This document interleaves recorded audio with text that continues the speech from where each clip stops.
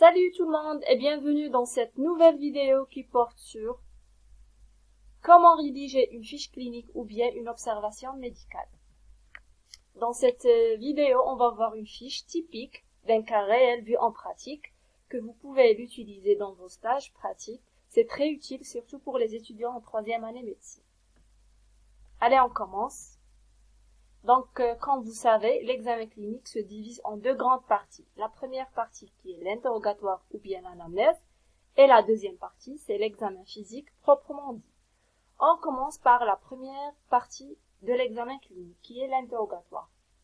Donc, à l'interrogatoire, vous cherchez les données de l'état civil du patient, son nom, son prénom, son âge, son origine, sa situation et sa profession. Ensuite, vous cherchez le motif d'hospitalisation ou bien de consultation.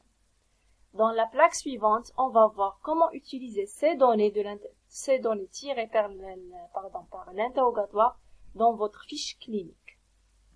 Donc, sur votre fiche, vous rédigez comme ça. Vous écrivez la première partie. Il s'agit du patient, son nom, son prénom, son âge, âgé de 24 ans dans ce cas, originaire de et demeurant à, donc sa situation familiale, célibataire, sa profession, il est comptable de profession, admis dans le service de médecine interne le 15 janvier 2017, par le biais, dans ce cas, d'une consultation externe, sinon par le biais d'urgence, vous précisez ça, pour prise en charge diagnostique et thérapeutique d'un goitre.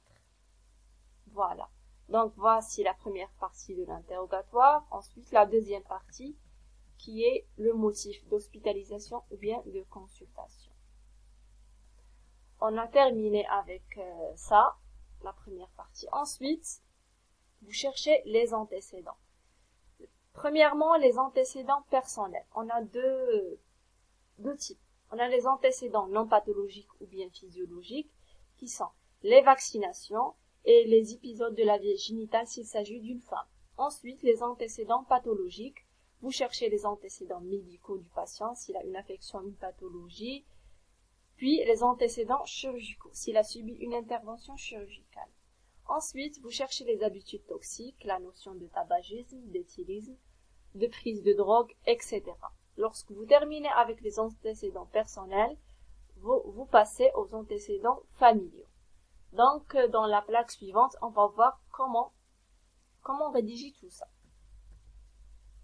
Donc, sur votre fiche, vous écrivez les antécédents, premièrement, personnels, physiologiques. Donc, la cicatrice de BCG présente, les autres vaccinations sont faites. Ensuite, vous passez aux antécédents pathologiques, médicaux. Donc, en tant que débutant, vous devez rédiger tout, même les signes négatifs. Comme quoi vous avez recherché tout ça. Donc, pas d'HTA, pas d'irradiation cervicale. Donc, vous cherchez les notions qui ont une relation avec sa maladie. Pas de prise médicamenteuse. Il n'y a pas de diabète, pas de néoplasie. Pas de notion d'hospitalisation antérieure. Il n'est pas allergique. Donc, vous devez rechercher tout ça. Ensuite, vous passez aux antécédents chirurgicaux. Dans ce cas, le patient n'a pas subi d'intervention. Donc, vous écrivez pas d'intervention chirurgicale antérieure. Ensuite, troisièmement, les habitudes toxiques. Donc, ce patient, il est tabagique. Donc, vous écrivez la notion de tabagisme chronique. Vous calculez combien de paquets année. Vous devez préciser est-ce qu'il est sevré ou pas. Utilisme occasionnel, prise de drogue. Vous devez préciser tout ça. Ensuite, on passe aux antécédents familiaux. Dans ce cas, son oncle maternel opéré pour un goitre. Voilà.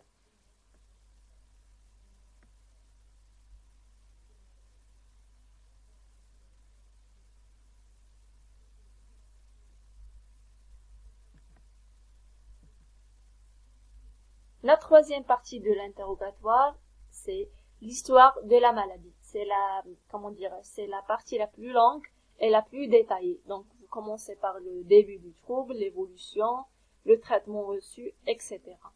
On va voir une histoire réelle, un exemple à suivre.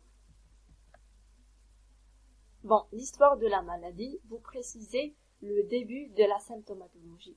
Donc, le début de la symptomatologie, la symptomatologie clinique remonte à une année, marquée par l'installation ou l'apparition du signe majeur ou bien les signes.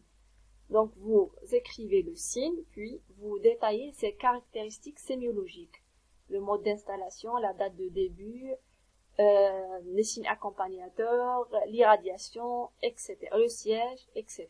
Donc dans ce cas, marqué par l'apparition d'une masse basicervicale, donc puis vous détaillez les caractéristiques sémiologiques d'installation progressive, indolore, les signes accompagnateurs accompagnés d'une perte pondérale ou bien un amaigrissement estimé de 10 kg en une année, une polyphagie, thermophobie, tremblement des extrémités, agitation, irritabilité et palpitation.